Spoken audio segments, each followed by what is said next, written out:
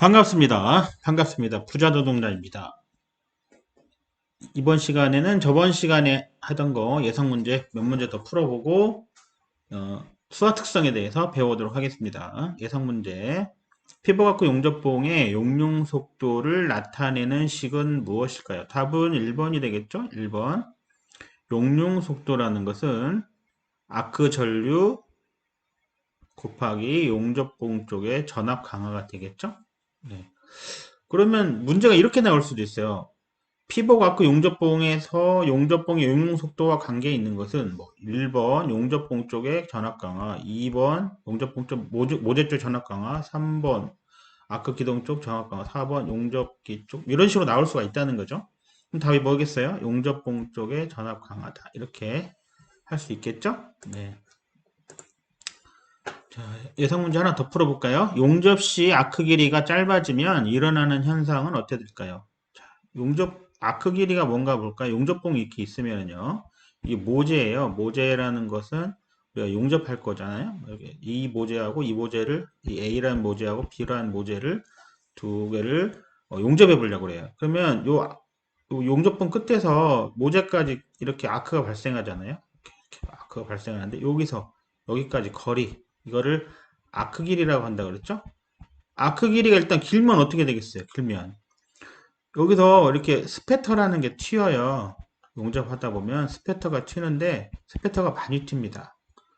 그럼 여기 뭐 공기 같은 거 들어갈 수도 있겠죠? 아크도 이게 한번 해보시면 알겠지만 용접하면서 용접봉을 위로 한번 쭉 잡아 당겨 보세요. 그러면 여기서 막 춤을 추고 난리가 나죠. 아크가요. 불안정해진다는 거죠.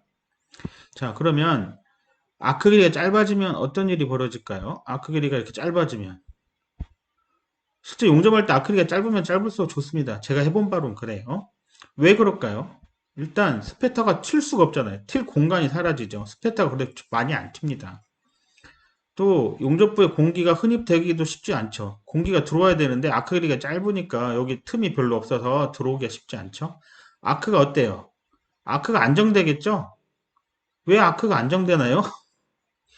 아, 뭐, 왜 아크가 안정될까요? 네. 일단 이 아크 길이는 아크 길이가 V 전압이라고 했죠? 아크의 세기, 아크 세기예요. 그래서 이 아크 길이가 길어지면 아크 길이가 길어지면 아크 세기가 세지고요. 아크 길이가 짧아지면 아크 길이가 짧아지는 거죠.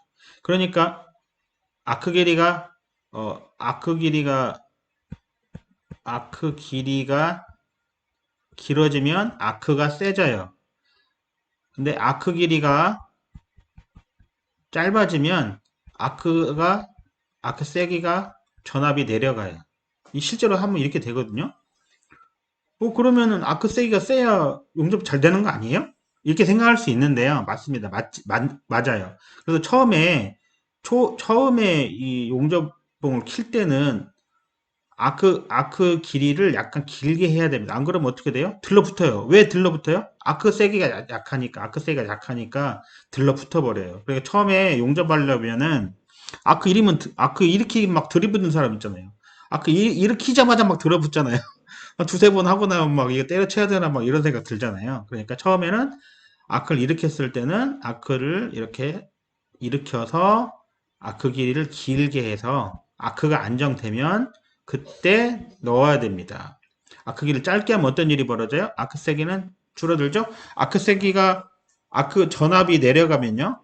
반대로 전류가 올라갑니다. 이제 이걸 설명하려고 그러는데요. 전류는 뭐예요? 전류라는 것은 용접봉 또는 모재를 녹이는 힘 능력입니다. 그 전류가 높아지면 용접봉 모재가 잘 녹아요. 그래서 아크가 어느 정도 안정해진다고 볼 수 있습니다. 실제로 이거 용접할 때 이거 들어보면 아크가 길어지면 여기다가 춤을 추고 아크가 난리가 나거든요. 그러겠죠?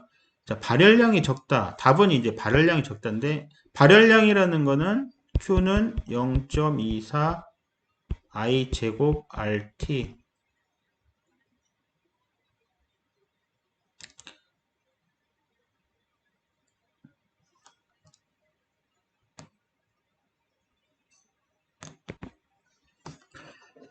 발열량은 이렇게 구하는 공식이 이렇게 되거든요. 나중에 이건 또 하겠지만은요. 그래서 전류값에 비례하고요. 그다음에 저항에 비례해요. 그래서 이제 발열량이 적어진다는 걸 설명하려고 하니까 이게 지금 용접봉이 짧아지면 이게 왜 이렇게 되지? 발열량이 적어지는 건 확실하거든요. 이걸 잘 모르잖아요. 그래서 답은 4번인데 이걸 좀 설명하려고 그래요. 다 듣다 보면은 이게 그래서 그렇구나 이렇게 알게 됩니다. 자, 넘어가 보겠습니다. 수화 특성 볼까요? 수화 특성이라는 게 있어요. 이게 용접기의 특성이에요. 이런 거 우리가 알아야 되나? 뭐 이런 생각할 수 있잖아요. 알아야 됩니다. 이거 알아야 용접을 할 수가 있어요. 나는 그런 거 안 해도 잘하던데요. 이렇게 생각하시는 분도 있어요. 네. 근데 저는 될 수 있으면 이게 왜 이렇게 되는지 알고 하시면 더 좋다. 이렇게 말씀드리고 싶습니다. 동의하지 않으시는 분도 있을 수 있는데요. 그래서 그래도 좀 알고 하면 낫지 않을까요? 자, 수화 특성 볼까요? 수화 특성은 부하 전류가 증가하면 단자 전압이 낮아지는 특성이라고 합니다. 자, 이게 전압이에요. 전압이고요. 이게 전류예요. 전류. 처음에는 아크가 일어나지 않았을 때는 전류가 0이 되겠죠? 전압은 어때요? 무버 전압이라고 하잖아요. 부하 걸리지 않았을 때. 무버 전압이니까 전압만 높고 전류는 안 걸려 있는데 전류가 걸리면 어떻게 돼요? 네, 전류가 이제 용접을 하면 아크가 일어나면 이런 식으로 전류가 부하 전류가요. 아크를 용접하기 시작하면 이제 전류가 흐를 거 아니에요. 그죠? 용접기가 있으면은 용접기가 이렇게 있잖아요. 플러스 마이너스 있고요. 그래서 뭐 220V나 이렇게 들어올 거 아니에요. 플러스 쪽에 이렇게 모지에다가 접지를 하고요. 마이너스에다가 해서 이렇게 여기 용접할 거 아니에요. 용접하는데 처음에는 아크가 안 일어났을 때는 전류는 0이잖아요. 전류 흐르지 않잖아요. 그런데 여기서 아크가 딱 일어났어요. 아크 일어나는 순간 전류가 흐르잖아요. 그래서 전류는 증가하는데 그때 전압이 이렇게 내려가는 거. 이거를 수화 특성이라고 해요. 그러면 먼저 생각하면 아니 전류하고 전압하고 원래 그런 거 아니에요? 이렇게 생각할 수 있는데요. 학교 다닐 때 이런 거 배우셨죠? V는 IR이다. 이런 거 배우셨나요? 혹시? 저는 고등학교 때 배웠나 중학교 때 배운 것 같은데 전압이라는 것은 전류 곱하기 저항이잖아요. 이거 배우셨죠? 그래서 전류하고 전압은 비례하게 돼 있어요. 그래서 4는 2 곱하기 2 뭐 이런 식으로 됐잖아요. 이게 8은 뭐 저항 일정하다면 8은 뭐 4 곱하기 이렇게 전류가 올라가면 전압도 올라가야 된단 말이에요. 그런데 지금 수화 특성이라는 것은 V하고 R하고 이렇게 부하 전류가 증가하면 단자 전압이 부하 전류가 아이고, A입니다. A. 부하 전류가 증가하면 단자점이 내려가는 이렇게 되는 거잖아요. 이걸 수화 특성이라고 그래요. 용접기에서만 일어나는 일이에요. 왜 그러느냐? 어, 자, 부정 특성이라는 게 있는데요. 이걸 이해하시면 쉬워요. 부정 특성하고 수화 특성이 거의 비슷한 내용이거든요. 자, 읽어볼게요. 일반 전기 회로는 ohm의 법칙에 따라 동일 저항이 흐르는 전류는 전압이 비례하지만 이게 이 말이죠. V는 IR이다. V라는 건 이게 전압은 전류 곱하기 저항이잖아요. 그래서 V하고 I는 비례 관계잖아요. 그런데 아크의 경우는 반대로 전류가 커지면 저항이 작아집니다. 왜 그럴까요? 이 아크는 일종의 저항이라 생각하시면 되겠어요. 저항 요소다 생각하시면 되겠어요. 그렇게 생각하면 좀 이해가 쉽거든요. 이해가 잘 안 가실까요? 그래서 이게 V는 IR이라는 것은 이 R이 저항이 일반 전선에서는 R이 일정하잖아요. 전선에 갑자기 저항이 세거져, 저항이 갑자기 약해지고 이러지 않잖아요. 그런데 아크는 그렇지 않다는 거죠. 아크는 갑자기 세질 수도 있고, 길어질 수도 있고요. 짧아질 수도 있잖아요. 이렇게 짧아질 수도 있죠. 그래서 이렇게 용접기에서는요. 일반 전기 회로에서의 오모백지 따르지 않고요. 전류가 커지면 저항이 작아져서 전압도 낮아집니다. 전류가 커지면 이게 전류라고 해요. 이게 전압이죠. 전류가 커지면 저항이 작아져서 전압도 이렇게 낮아지는 거죠. 저항이 커지면 전압도 낮아져. 이런 거를 뭐라 부르냐? 이런 현상을 부저항 특성 또는 부특성이라고 합니다. 수화 특성은 거의 비슷한 내용이죠. 네, 이게 어디서 일어나요? 피복아크 용접에서만 일어납니다. 주로 피복아크 용접에서 일어납니다. 피복아크 용접의 특성이에요. 그럼 시험에 이렇게 나올 수도 있겠죠? 다음 중 피복아크 용접기의 특성은 무엇일까요? 1번 수화 특성 이렇게 나오는 거죠. 이런 이런 문제가 많이 나옵니다. 피복아크 용접의 특성은 수화 특성, 그 다음에 부특성 또는 부저항 특성. 이거는 피복아크 용접의 특성입니다. 이게 무슨 뜻이에요? 부하전류가 증가하면 단자전압이 내려간다. 이런 내용입니다. 어렵죠? 네. 그럼 정전류 특성이란 건 뭐냐? 정전류 특성. 자, 정전류 특성. 실제로 그러면 우리가 이렇게 이게 지금 전류고요. 여기가 전압이잖아요. 근데 요 포인트 한번 볼까요? 요 포인트 보면 전압은 여기서 여기까지 이렇게 변했잖아요. 근데 암페어는 전류는 별로 변하지 않아요. 지금 제가 이렇게 그려서 그런데 이렇게 되는 거잖아요. 거의 얘는 여기서 여기까지 변하는데 얘는 여기서 여기까지밖에 안 변하는 거죠. 그래서 아크 길이와 전압이 변하여도 전류는 거의 변하지 않고 지속되는 걸 정전류 특성이라 합니다. 자, 이거 볼까요? 아크 길이가 이렇게 돼 있으면 어때요? 아크 길이가 길면 전압이 상승한다고 그랬죠. 전압이 상승해요. 아크 길이가 짧아지면 이렇게 아크 길이가 짧아지면 전압이 내려갑니다. 전압이 내려가요. 그런데 아크 길이가 길든 짧든 전류가 거의 변하지 않는 거 이거를 뭐라 부르냐? 정전류 특성이에요. 정전류 특성이라고 해요. 자, 정전류 특성은 마찬가지로 피복아크 용접기에서 주로 일어납니다. 피복아크 용접에서 일어나요. 자, 그러면 이렇게 수화 특성 아까 보면요. 수화 특성 보면은 이렇게 된다 했잖아요. 이게 암페어고 이게 전압이에요. 그러면 여기 요 부분 말이에요. 이런 부분은 아크 전압이 이렇게 많이 변해도 암페어는 거의 안 변하잖아요. 이렇게 되는 거를 정전류 특성이라고 그래요. 그러니까 정전류 특성, 그다음에 수화 특성, 세 번째 부특성 이런 것들은 전부 다 피복아크 용접기에서 일어나는 일입니다. 아까 문제에서 우리가 발열량이 적다 이 얘기 나왔잖아요. 그러면 스페터가 아크 길이가 길어졌잖아요. 이게 길잖아요. 길어졌는데 이렇게 아크 길이를 짧게 했어요. 그러면 정전류 특성에 의해서 정전류 특성에 의해서 이 전압은 변해도 아크 길이가 변해도 전류는 별 변하지 않습니다. Q는 I 제곱 RT라 했잖아요. 근데 저항이 오히려 이렇게 작아지게 됩니다. 여기 저항이 많잖아요. 이렇게 저항이 많은데 얘는 저항이 이렇게 잘 녹아요. 굉장히 잘 녹거든요. 그래서 전류는 거의 일정하니까요. 저항이 좀 작아져서 오히려 발열량이 적어지게 되는 거죠.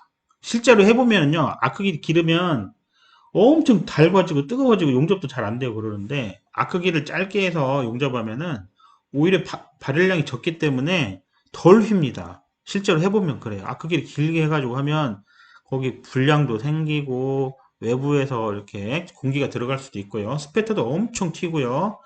뻘겋게 달아오기만 하고 용접은 안 되고 막 휘고 난리가 나거든요. 그런데 아크길을 짧게 하면 스페터도 비산되지 않고요. 크랙도 안 생기고 공기가 안 들어가니까요. 아크도 안정되고 발열량도 적게 됩니다. 그래서 그런 거예요. 그러니까 용접할 때 이거 다 알아야겠죠? 수화 특성, 부특성, 그 다음에 정전류 특성, 이런 거 다 알아야 되겠죠? 이게 시험에도 잘 나오고요. 용접할 때 좀 알아야 돼요. 자, 그러면 우리가 용접할 때 그것만 하는 게 아니죠? 정전압 특성이란 건 뭐냐면, 부하 전압이 변화해도 단자 전압은, 아유, 변하지 않는 특성이다. 이거 또 뭔 소리예요? 이렇게 생각할 수 있어요.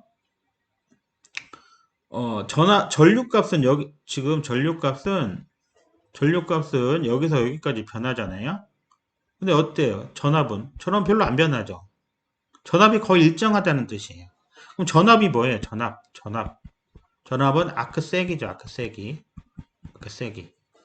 자, 그럼 이게 왜 중요하냐? 종잡 특성이 뭔데요? 전압이 안 변하는 거, 그래, 알았어요. 전압은 안 변하는데 그게 뭐쩌라는 거예요? 자, 이런 거 한번 생각해 볼게요. CO2 용접 해보셨죠? CO2 용접. CO2 용접을 해보면요. 여기서 이렇게 아크가 일어나요. 자, 그러면 용접을 하다 보면 이게 CO2 용접기인데 쭉 따라가잖아요. 이렇게. CO2 용접이 잘 모르시겠는 분들은 다음에 CO2 용접 할 때 보시면 되겠습니다. 자, 이게 이제 용접을 하는데요. 이렇게 이 굴곡이 있어가 이게 모재예요. 모재인데 이렇게 용접을 하다가 이게 이렇게 될 수 있잖아요. 그러면 처음에 왔을 때는 어때요? 처음에 오면 여기서 이 상태로 가면 어떻게 돼요? 용접이 안 되잖아요. 그죠? 용접이 안 돼요. 용접이 안 되는데 전압은 뭐예요? 아크색이라고 했잖아요. 전압은 일정한데 암페어가 달라지는 거죠. 암페어는 뭐예요? 용접봉 또는 모재를 녹이는 힘 능력이에요. 그러면 용접봉 또는 모재를 녹여야 하잖아요. 용접봉이 안 녹게 만드는 거죠. 이렇게 단자점 변하지 않고 암페어만 변하는 거예요. 암페어만 이렇게. 그러면 얘가 좀 덜 녹는단 말이에요. 덜 녹으면 어떻게 됐어요? 와이어가 계속 이렇게 공급되잖아요. 일정하게 공급되니까 얘가 덜 녹으니까 쭉 나와서 용접이 되는 거죠. 또 다시 이렇게 올라가면 어떻게 되겠어요? 닿으면 안 되잖아요. 그러니까 얘가 또 이때는 엄청 빨리 녹아요. 전압이 올라가는 거죠. 전압이 올라가요. 전압은 일정한데 전류만 올라가요. 전류가 올라가면 어떻게 돼요? 잘 녹잖아요. 잘 녹아가지고 얘가 잘 녹아버리니까 아크기가 일정하게 되는 거죠. 이렇게 하는 거를 정전압 특성이에요. 그러니까 전압은 일정한데 암페어, 전류값만 왔다 갔다 하는 거죠. 이렇게 하는 거를 아크가 이렇게 짧아졌다 늙었다 자동적으로 지가 조절하는 거잖아요. 아크 자기 제어 특성이라고 합니다. 이런 건 주로 어디서 일어나면은 반자동 용접이나 반자동 용접 또는 자동 용접이 일어나요. 그러면 반자동 용접하고 자동 용접은 또 뭐가 있어요? 네, CO2 용접도 반자동용이고 미그 용접 또 SAW 이런 것들이 있는데 이거 뭐예요? 이런 게 뭐예요? 이렇게 할 수 있잖아요. 또 배워요. 우리가 좀 있으면 또 배웁니다. 너무 걱정하지 마시고요. 그러니까 이제 정전압 특성은 이런 거다. 이 정도만 아시면 되겠죠? 그럼 문제 내기 좋잖아요. 다음 중 피부과학 용접기의 특징이 아닌 것은 1번 수화 특성, 2번 부특성, 3번 정전류 특성, 4번 정전압 특성. 정전압 특성은 피부과학 용접이 아니라 반자동 용접이나 자동 용접기 특성이라고 했잖아요. 답이 4번이 되는 거죠.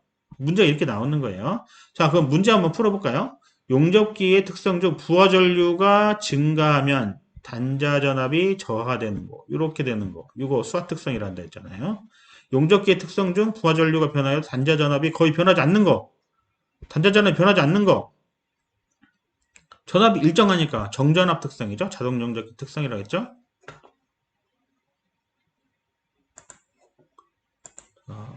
피부과학 용접기 특성이 아니고 이게 나올 수 있다는 했잖아요. 정전압 특성은 이게 지금 자동 용접이나 반자동 용접의 특성이라 했죠. 아크 전류가 일정할 때 아크 전압이 높아지면 용융 속도가 느려지고 아크 전압이 낮으면 용속 빨라지는 특성, 아크 자기 제어 특성이라고 했잖아요. 그래가지고 아크 길이가 일정하게 유지되죠. 네, 오늘은 여기까지 하겠습니다. 좋아요, 구독 감사합니다.